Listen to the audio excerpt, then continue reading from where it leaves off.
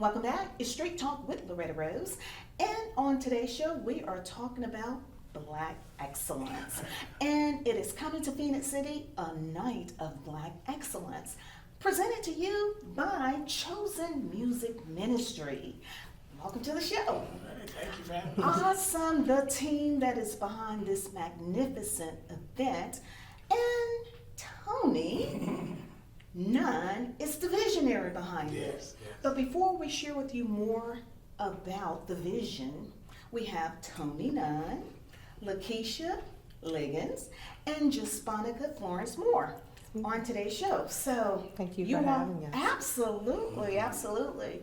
You all are tag teaming with this magnificent event. But Tony, first of all, tell us what to expect with a night of Black excellence. Oh my, it's definitely going to be a night of Black excellence. We have some of our local talent that is going to be displayed on that evening.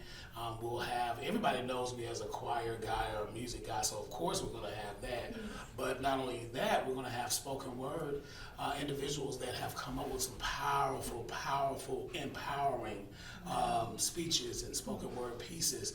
And on that night, we'll display, he's actually a cousin of mine. He'll be coming back from New York. He's been trained, a 24, 25, 26-year-old. He's been trained under Alvin Ailey and Debbie Allen. Oh, wow. He's done work on Carnegie Hall, on Broadway, and he'll be coming back.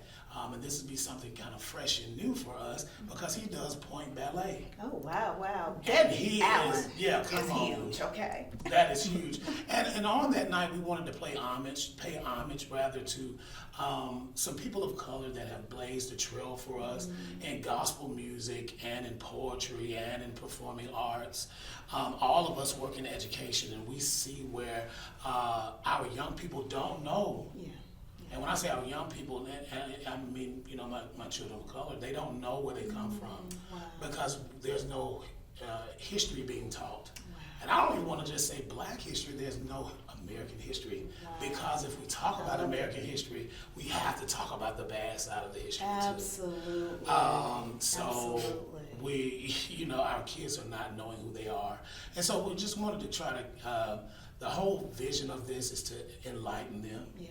And remind us of who we are so that we can start combating a lot of Black on Black crime, a lot of Black on Black, like disparaging lifestyle, letting these Black people know, people of color, that, you know what, we have a rich heritage. And we don't have to be at the bottom of the totem pole, but we can rise up. Wow. So many people have lost their lives. Yes. So for us to be where we are, and we still have not arrived yet, we still have some ways to go. Yeah. So we want to combat systematic racism. Oh, yes. I love Yeah. that. I see that we're bringing awareness to our younger generation, and I will also say the upcoming generation. Right. This event is going to take place in Phenix City at Pine Hill Missionary Baptist Church. Yes. Wow, which is a church in the community, that is a pillar in the community, that is Pastor Fryer. Jesse Fryer. Okay. And this is her home church. Yes. Awesome. Located at 337 10th Avenue in South Phoenix City, affectionately known as the Back Road. Again, one of the church pillars that we have in our community that focuses our attention on giving back, missionary work, as well as being a part of the community. I love it. Talking about getting out there, doing missionary, inviting the community. This is empowering. I've never seen this. Okay. Now, Tony, this is your hometown. This is my hometown. You reside in Atlanta, I reside all the way up there in the ATL. Yeah, ATL. Well, we want to thank you for coming home Definitely. and bringing this excellent event here. Definitely. Now, for those of you that are watching, I know you want to know what is to be expected. First of all, a community choir. Tell us a little bit about that. So they're called the Voices of Freedom. This is a culmination of all churches, all singers, all.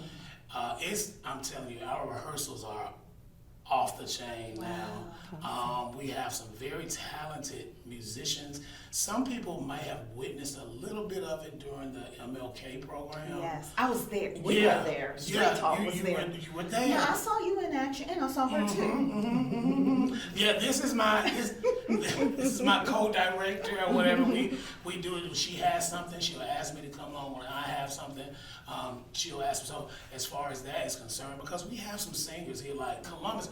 Now that I'm in Atlanta, I still don't see the talent that I have seen here though. Oh wow!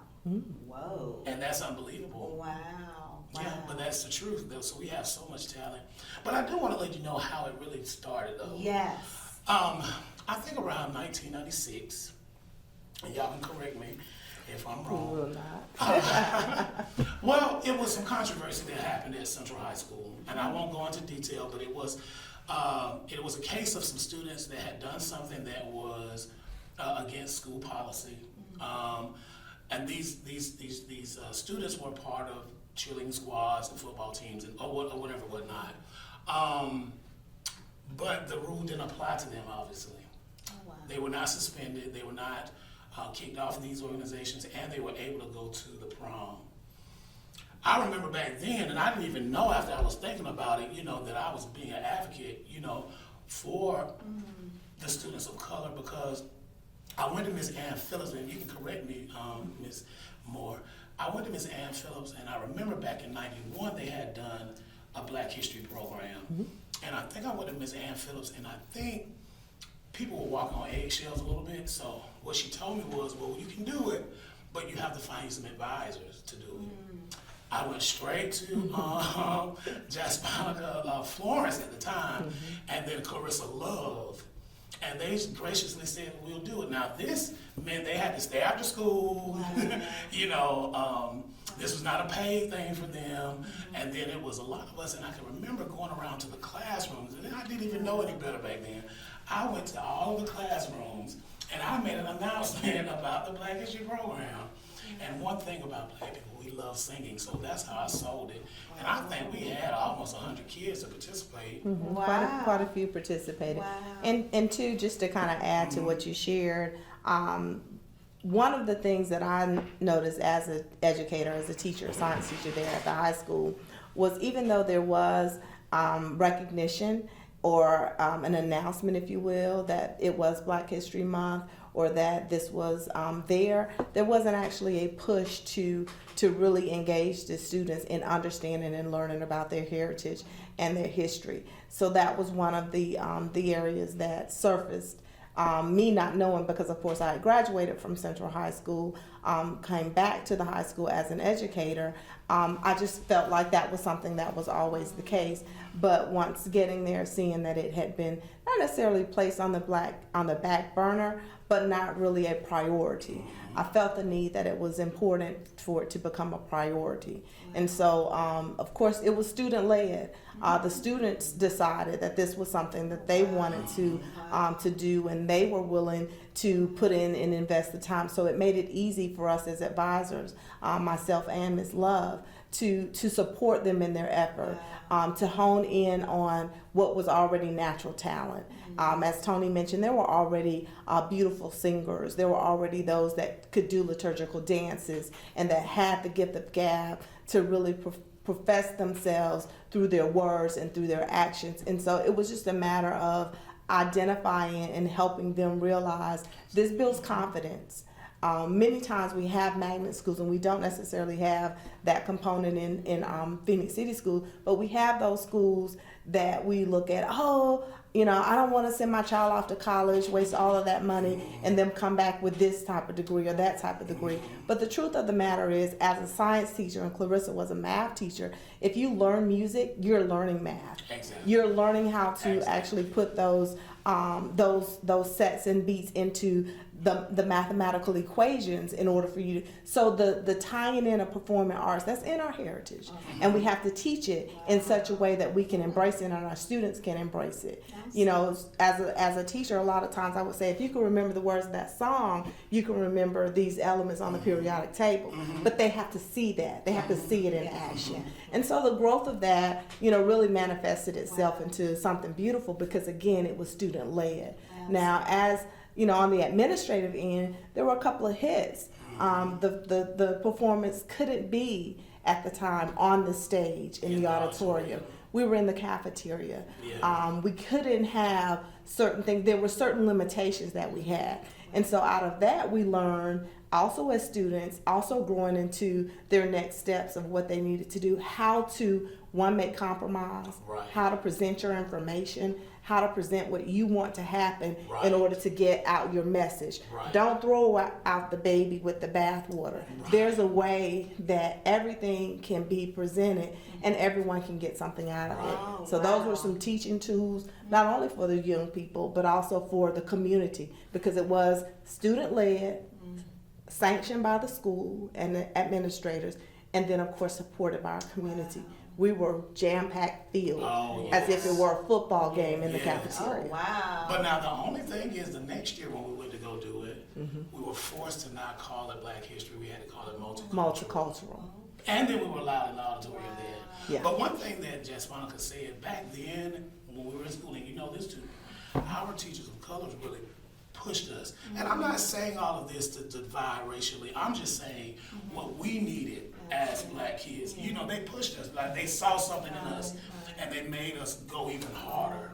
You know how that Absolutely, was. absolutely, I get it. They dressed the part. Absolutely. They were the part. Yes, You know what I mean? absolutely, That was Black absolutely. excellence. Absolutely. And it all makes sense now that you're hearing the story behind this great, huge vision of a night of Black excellence. And what I love about it is empowering and educating at the same time. Right. Because many people did not have that experience. Many may not have heard of that experience. Many may have been just totally oblivious to that even happening. Right. But that is part of our history. That is. And I love what you said, American history. You know, I love that. So all of this this wonderful event is going to take place in Phenix City, February 18th. I see scholarships. Tell me about that. Yes. Oh, so our main goal is, and to one day perhaps, and I say it to them and they chuckle and everybody else chuckle, but I would love to send a child to school just completely full. It will happen. Yeah. It will. And then multiple. I'm looking at becoming the next UNCICL. Wow. It can be. And it could That's be. the possibility. Because again, we're trying to show our young people to aim for what you want. Do not stop. You have two great HBU graduates here. Howard University, far away from Phenix City. Tuskegee University. You understand? So we Right. want the young people to know that, hey, education is key. Absolutely. Because when you get that degree of something that you like, you can go anywhere with it. Wow. And nobody can take it away. Nobody can You're take not it away. limited. Wow. You know, I love so it. on that night, we have given some instructions to those students who apply for the scholarship. They have to earn it though. Okay. So what they have to do is they have to write their own oratorical, 2 minutes, and every minute over it'll be a deduction. But on what it means to them to be young, gifted, and Black. I love it. And so the finalists will actually perform or present that night, and then a panel of judges, which will be coming from our Tuskegee Alumni Club members, University Alumni Club members will vote, and we will present that scholarship Wow. to that student. So that would be part of your role as well, Yes. Lakeisha. Yes, it was. So I'm pretty sure you're very excited. Tell me, how you're feeling about this wonderful event that's taking place as well. Well, I am extremely excited. I cannot wait to see what how it happens, how it shows up and shows out, how we impact the community, Absolutely. how this will be a need for more. It will be a need for bigger and better for the upcoming years. Yes. So with us actually partnering and being the judges for the spoken oratorical part of the program, we're really excited just to be able to sow seeds to the young people and to Absolutely. let them know it's okay. We all mess up. Take your time. We're not judging, Right. but we're judging. Absolutely. But you're coaching them Yeah. as Right. well. Right. You're coaching them. My thing is, with the generation today, the gap that I see is that excellence was instilled in us. It was expected of us. Yes. you know? Absolutely. And so they need to see a visual of what excellence looks like. Not only they need to see it, they need to know how to walk it out, Right. how to obtain it, how to maintain. Because it's a lifestyle. Didn't your daughter just graduate college? Yes, yes, See? absolutely, absolutely. And what was her major? Ooh, biomedical science with a minor in neuroscience. Well, that's like in her, that medical stuff. Yes. But that's stuff that we needed to hear. We need to hear, and other young people need to hear. Yeah. You know, with us, we're also in partnership. I'm a member of Alpha Phi Alpha Fraternity Incorporated. Sister Jasponica Florence is a member of Alpha Kappa Alpha Sorority Incorporated, and Lakeisha is a member of Delta Sigma Theta Sorority Incorporated. And we're actually partnering, and that's why we're looking for sponsorship and things of that nature, because we not only want to bless that student that night, but we want to bless these other other organizations, because we also give out scholarships. Absolutely. So we want to be a blessing to our community. I mean, it's out there for us to get. We Yeah. have to unify to get it. Absolutely. I love it how you're bringing the community together to be a part of this great event. Now, for students or parents that are watching, what are the next step for the students to apply? for Okay. this? Now, what you can do is you will email us, and I know this is a lengthy email, at nightofblackexcellence@gmail.com. Again, that's night.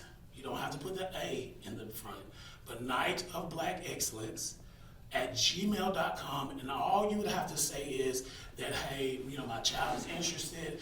Leave your name, your number, your contact information. Thank you, and your child's information. And we will reply Right. on what to send back to us. Absolutely. And the counselors will have information at the schools as well. Cool. I know both of the, or our area schools counselors have portals that the parents can use and the students can use that access them when, alerts them when new scholarship information comes out. Okay, good. Now, is this for Alabama students or is this for Georgia and Alabama? This is for students. So, all right now, that's good. So now, sponsorship, Oh. donations, because we need the community to Definitely. support. Right now, we have 3 levels of sponsorship. We have a gold level, which is $500. We have a silver level, which is $250, and we have a bronze level, whill is $100. Now, I'll get these ladies to really talk more about what we need those funds for, and also, I just want the community to know that this will be showing their support. Absolutely. You know, we have to get together. You know, so. And the reason I wanted to really highlight the importance of donations, because this event, A Night of Black Excellence, is a free event. Yes. It's free. And so, but donations are accepted and your sponsorships are welcome. Yeah. It's free, because where I am in Atlanta now, they'll charge you anywhere from $30 to $50 for a program or an event like this. I believe that. And then it's not. We have expenditures, that come along with that, but they'll outlet them sort of. All right, so tell us about the sponsorship. So as Tanya has already mentioned about the different sponsorship levels, we're really accepting those. We'll have digital ads that we'll be able to promote throughout until the day of the event, and then maybe after the event too, till the end of the February. What we want to do is we want to show everyone that who supports us, we support them. We showing love back to them as they show love to us. And so with the sponsorships, it'll also help with the scholarships. Also, all of the needs, we have moving parts to a Right. production. Exactly. And so with having moving parts, of course, we always need help funding Absolutely. to do that. So we wouldn't ask you all to do anything that we don't do. We've sown Right, seeds. absolutely. We have sown seeds as well. So no, I will not put my name in the publication. However, I wouldn't ask you to do anything that I wouldn't do as Absolutely. well. It's all for a great cause. Yes. It's all for a great cause. And along with the sponsorship levels that were mentioned, we are inviting people to serve as patrons or become patrons. So a smaller donation, we're accepting anything, honestly, because Right. again, as mentioned, we are awarding scholarships which are financial awards. We're also making sure that the church is blessed for Right. allowing us to come into Musicians. their edifice. The musicians that are giving up their additional time and talent. We want to definitely reward them for, we can't pay everybody, Right, of course, right. but we can indeed give them a small token of love to let them know just how much we appreciate them. Right. But the most important thing to recall is that this is a scholarship effort and a night of excellence to recognize those, as Tony mentioned, that have sown seeds already, but continue to pour into our community and into our young people. I love it. And it's going to take place on February 18th. That is a Saturday. Right. 5 p.m. Eastern, right? Eastern Standard Time. Now you might want to come in. The doors might open. What do you think? 4:30. 30 minutes Because prior. seating may be limited. You know, Okay. even though Pine Hill is a big size church, but you're going to want to be. This is the ticket. Wow. This is the Y'all hottest gonna ticket take in them to town. church? Oh, That's the only that's part of that's part of our culture. Yeah, that's what we know. You know, let me tell you, because at the Black History, Dr. Martin Luther King celebration, some of those members that's going to be a part of the community choir were there, and Lord knows they took us to church. Yes, God bless y'all. So you need to be a part, and what a way to celebrate Black History Yeah. Month. And We only have a month. oh, wow. But this is amazing. I love it. And we just thank y'all for sharing this, because this is historic what is Right. happening Right.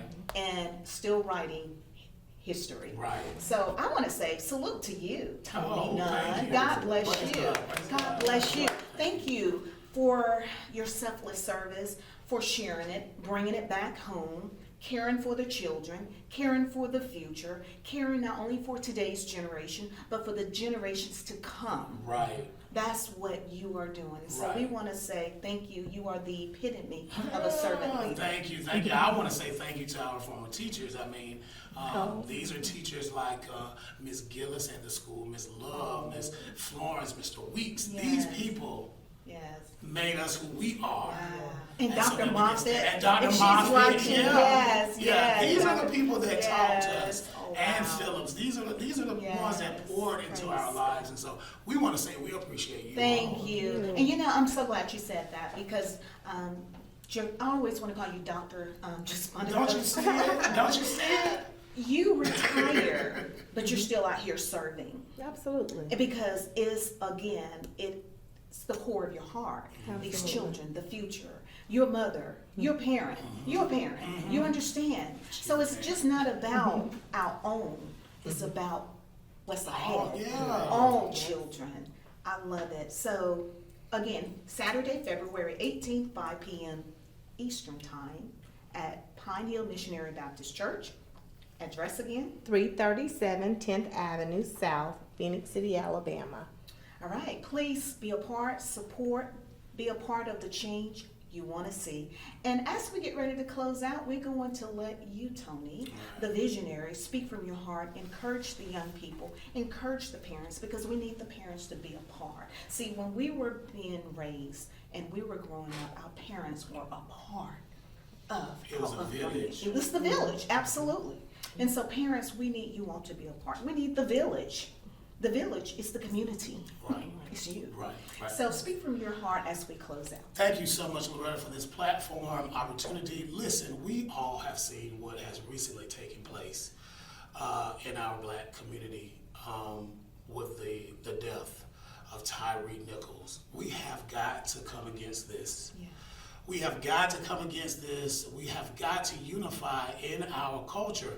Again, it's not to divide the races. The civil rights movement was for us to have equal rights. Okay, we have some of that now. But the more and more we grow in years, the more divided we become inside of our own group. And I think a lot of that is systematic. So it's not to divide, but it's to unify. Because it's my desire, and as I know everyone here, is that I see my people be great. And I see my people being in a position of power that we can be the change that we need to be. Right now, and I might be speaking a little bit off tune. I think a lot of times what happened in the situation, with the nickel situation, is that we think we've arrived. Wow. And so we take our leadership to another level, to where it's not supposed to be. You understand? And so sometimes when we can't lead other people, we tend to be able to lead our people, and sometimes we become dogmatic in our leadership. And so we want to combat the war against black on black crime. We want to combat the problems with disrespect of young black kids to the authorities, disrespect of themselves and their communities. We want to remind us older generations, hey, we have not arrived yet. And even though we've made it now, just like the Bible, Jesus told Peter, he said that when you are converted, to go back now and strengthen your brother. Yes. And a lot of us have gotten good educations, and a lot of us have made some good money and careers, but we forgot about the sacrifices and the lives that were lost for us to have this opportunity. Yes. I hear people now talking that they're not going to vote. Oh, my vote doesn't count. But we had people to lose their lives so that we can have this right. So I want to empower, and I want to counteract that systematic racism. Wow. Yeah. Well Got said. Oh, wow. Minister Tony Nunn. Thank you. Thank you. Keep pouring into this generation and generations to come. Yeah. They don't know unless we bring it to their awareness. I'm so proud of you. We can't be silent. We will not be silent anymore. Wow. Yeah. Wow. So we need you to be a part. We need the community. We need the village. We need all of you to be a part. It is not just for a select group of people. It is for our future. That's and that right. entails you as well. Thank you for watching Street Talk with Loretta Rose. You've been watching here on Beam TV. Until next time, you be blessed.